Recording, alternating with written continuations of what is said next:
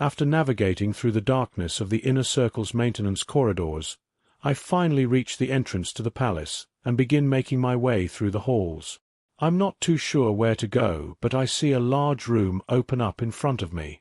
I glance around. There's no one in sight, so I move to dart through, heading for the stairs. When voices break the silence, I freeze in place. If any of them escape, I'll have all of your heads. A tall man strides into the room. Lord Oliver. My breath catches in my throat. I try to slink back, fading into the furniture. The Lord snarls, "Bring them to me now." Several stalkers walk into the room behind him. Their dark eyes scan the room briefly, as if they're habitually used to assessing for danger. A commander turns to his men and gives a command with a silent flick of his wrist. I duck out of sight as the 3 guards turn toward me. They rush past me and down the corridor. I glance back at Lord Oliver before darting through the doorway to follow them. I move swiftly and silently through the hall, tracing their steps. They make their way through the corridor and then upstairs before coming to a door that stands ajar. The guards pull their weapons and put their backs up against the wall as they ready themselves to breach the room. I raise my plasma pulsar, firing 3 successive shots. They slam into their victims, hard and true, searing through flesh and bone to leave scorch marks on the walls behind them. The stalkers' bodies fall in awkward angles. Their absent eyes gaze at nothing as I streak past them into the room. I grimace, steering clear of the entrails and blood trailing out of the virile unit nearest the door. Crouched behind another unit, I see Nia and her sister.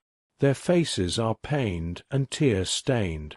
The girl, Wish, looks like she's been through the ringer. "You two okay?" Nia nods. "It was a close call, but we got out." "What happened?" Nia recounts what she knows, and Wish fills in what she can. When they talk about the Cortessa, I feel a spark of hope. Lord Oliver has a Cortessa? A captive pet? Nia turns to Wish. "Do you think it was real?" Wish nods. "I don't know. I don't know if anything was real in that place." She turns to her sister. "But you were there. You were really there, weren't you?" Nia nods, then turns back to me. "Does that mean there may be a Cortessa strapped into a machine somewhere?" I nod, excited. "Yeah, it's Ally. It has to be." "Ally?" Wish asks, and I realize they don't know. Most of the faithful remember the Cortessa pup that was my constant companion when I was little. We had been inseparable. I raised her as a pup when her mother got killed in a stalker trap. I tell them. The stalkers captured her about a narsicle ago. Caspar was certain she was still alive. He'd tell me all about Lord Oliver's puppy. Where do you think she is? Nia's eyes seem to shimmer with a sparkle of her thoughts. She lifts the tablet from the top of the console. "Let's find out." She plugs the device in and taps at the screen. I glance at the door and wonder how long it will be before another regiment of stalkers is sent to find out what happened to the first. How long will this take? Wish smiles at me. She seems more subdued than my memories of her on the mini-zip and the mammoth, but her smile shows a warm allegiance as if she is sharing an inner secret. It won't take long. Nia's real good with tech and programs, but she gets a bit lost in them. Give her a decker. I nod and move across to the door to keep an eye down the hall. The bodies still lay unmoved, and the corridor is empty. "There," Nia says, stabbing a finger at the tablet. She unhooks the device and turns toward me. "Let's go," she says. Wish falls into step behind her, and they cross to me at the door. I glance out again. "Which way?" Nia points to the left, and we move carefully into the hallway. We tread, silent but quick, down the corridor. I want to lead, but I don't know the way, so I let Nia step in front of me. She refers to the screen at intervals, but moves steadily with a sureness of foot. As we come on a larger room, there are voices ahead of us. I tug Nia back, and we duck into a groove between some furniture just before a small party of stalkers rushes past us. Nia sighs beside me. "Thanks," she whispers before pausing a moment to listen for more danger. Once the stalkers pass, we duck out of our hiding place and move swiftly across the room to the north. We continue to weave, heading downstairs and along passageways until, eventually, the walls around us turn earthen and dank. I bite my lip, realizing we must be getting close to where they've been keeping Ally. It doesn't look like her quarters will be any lap of luxury. "Nearly there," Nia says quietly. I nod. We round another corridor. There's a second life sign here. It paces up and down the long corridor at regular intervals, so I think it might be a guard. "Step back and let me go ahead." I tap the side of the pulse weapon with one finger, and then hold it in front of me as I step to the corner of the intersection and peer around.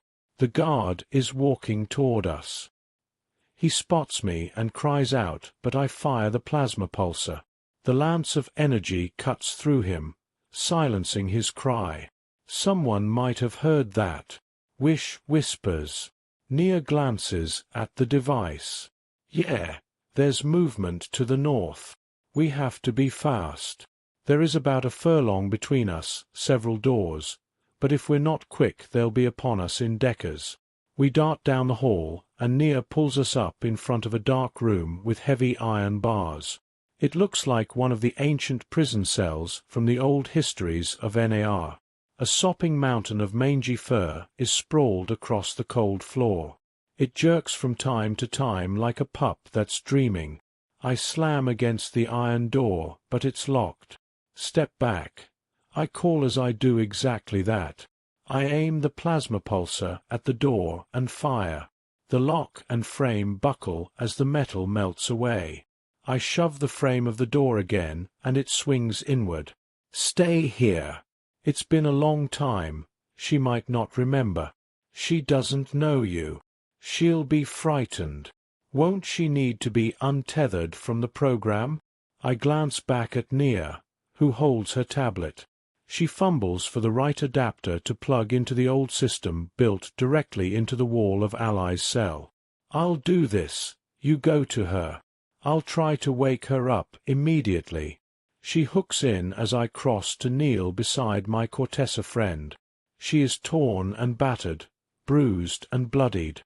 Her teeth are rotted, and the cords of the virial device jut out of her as if they grew out of her fur. In tics she stirs, whimpering. "Okay, you can unhook her now. She's awake." "Ally girl, SH." I keep my voice calm and smooth, trying to help her remember the way we always talk together. "It's me, Ally girl. It's Ty. I've come for you." She whimpers so pitifully that my heart aches, but her tail lifts in a half-hearted attempt to wag. I detach each of the cords from her and tug them out of her matted fur. The process feels like it takes an age, but can't have taken more than a few moments. "2 furlongs," Nia whispers from across the room.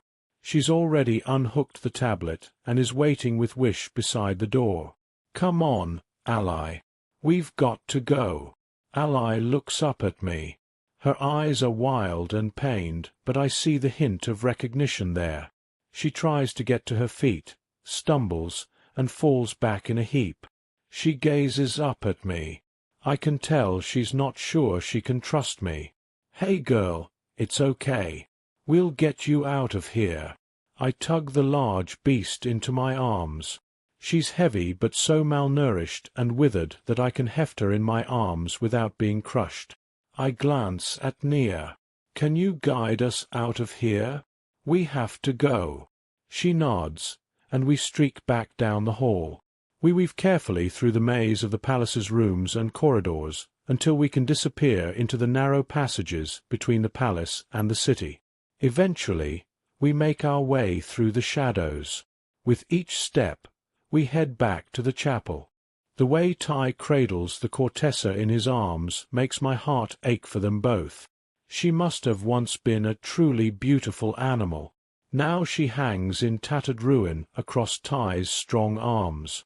Her head lolls against his shoulder each time his steps jostle them. We weave our way through the strange, shadowy interior walls between sections of the city. The long corridors twist in patterns around the borders, and create a passage that allows us to completely bypass the streets of the inner circle. As we cross into the outer circle, the corridors are less numerous. From time to time, we dart out from them in one place and enter them from another. I'm thankful for the lightless streets of the outer circle. It makes it hard to see where we're going, but it also means we won't be observed by others. Despite looking a lot like a ragged blanket of fur, Ally would definitely draw attention. Eventually, we reach the chapel. It's lit from within by a soft glow of candles. Tannan, Janine, and Blake are pacing the large hall of worship when Wish and I push the doors wide for Tai. He carries the Cortessa inside. "Where have you been? The alert went up factors ago. We thought you'd been taken," Janine says, rushing forward. Blake grins behind her. We were making odds on who was most likely to need to be rescued. Tannan pushes them both aside to come forward. He glances at the blood-soaked beast in Tai's arms and waves us toward the chamber that leads down into the catacombs. We better get her looked to. No time to waste. Janine, Blake, secure things behind us, will you? And blow out the light. We don't want the stalkers to have reason to look for them here. They nod, and the rest of us move into the catacombs. Tai shifts Ally to one shoulder, but it still takes time to navigate the ladder. Tannan helps him down, but I can see by the way the muscles in his upper arms quiver that he must be exhausted. He turns to me when we reach the ground. "I need to get her seen to. Will you be okay on your own?" Wish steps up beside me and wraps her fingers around mine. "She's not alone. I'm not leaving her. You can't make me." Tai's wry smile makes me smile too. "He didn't mean that silly," I say to Wish. The smile I give Tai is shy and I nod. "We'll be okay. I want to check in on Hart." "Right, the bolt trap. Do you remember the way?" I nod, not because I do remember, but because Tai looks like he's about ready to drop. Besides, I already checked the tablet, so I know the maps extend down here. What's more, there seems to be what looks like a homing beacon set to guide the way back to the droid's main unit. Hart had clearly been a phenomenal work of technology to be able to build dynamic maps from the supersonic sonar pulses this little tablet must produce. Tai's gaze lingers on me a moment, and we both stand in silence until Wish shifts on her feet beside me. Tai breaks the gaze first, glancing at her. Then he nods. "I'll find you as soon as I can." He moves off down the corridor, and I lead Wish to the tech lab. As we enter the lab, Wish lets go of my hand and immediately begins exploring the shelves and tables. Oblivious to Lyris, she rummages through the gadgets and parts, assembling parts as if it's all second nature to her. "Nia, Wish, you returned for me." I smile as I hear Hart's familiar voice. "Hart!" Wish turns to him and shakes her head. "Not my idea, Rustbot. Your circuits still scrambled? Screws still loose?" Hart's blue orbs blink as they'd always done. His head tilts as he considers her. "Actually, I am much restored." "Yes," Lyris says, interrupting him. "In fact, we've been having quite a conversation about clones and missions and cures." I feel an uneasy pit rise in my stomach. Blake and Janine brought this back from the edge of the outer rim. She lays a tall black cylinder in front of me. I release the breath in my lungs as I realize what it is. Is that the fabrication drive storage from the drill platform? Wish asks, crossing the room to us. Heart seemed to believe so. I got the impression it was important that you have it. Something to do with Anne, or you need. I gnawed. What else has he been telling you? He tells me you really are Bellamy. She pauses, as if giving me a chance to refute it, but in my heart I know there must be a degree of truth in her words. I'd seen him myself. His real face, even frozen in horror and death, was too much my own. Lyris continues, in fact, he tells me that you're here to save the world. I shake my head. I'm not Bellamy. I can't be him, and I can't bring him back. I pause, looking up to see Lyris's eyes on me. There's a dark yearning within them, as if even she has been waiting her whole life for a savior. I swallow the uncomfortable lump in my throat, then continue. I'll do what I can. I understand the technology, but I have no idea if we can get it to work, or even what it does if we can. Wish glares at Lyris. We didn't sign up for any of this, you know. It's not fair to ask her to save your world. We don't even know you. We don't have to help you. I turn and place a hand on Wish's arm. But they helped us, Wish. They didn't have to, but they did. And we're going to do what we can, too. We might not have been created on this world, but it was Bellamy's home, and, somehow, that makes it mine.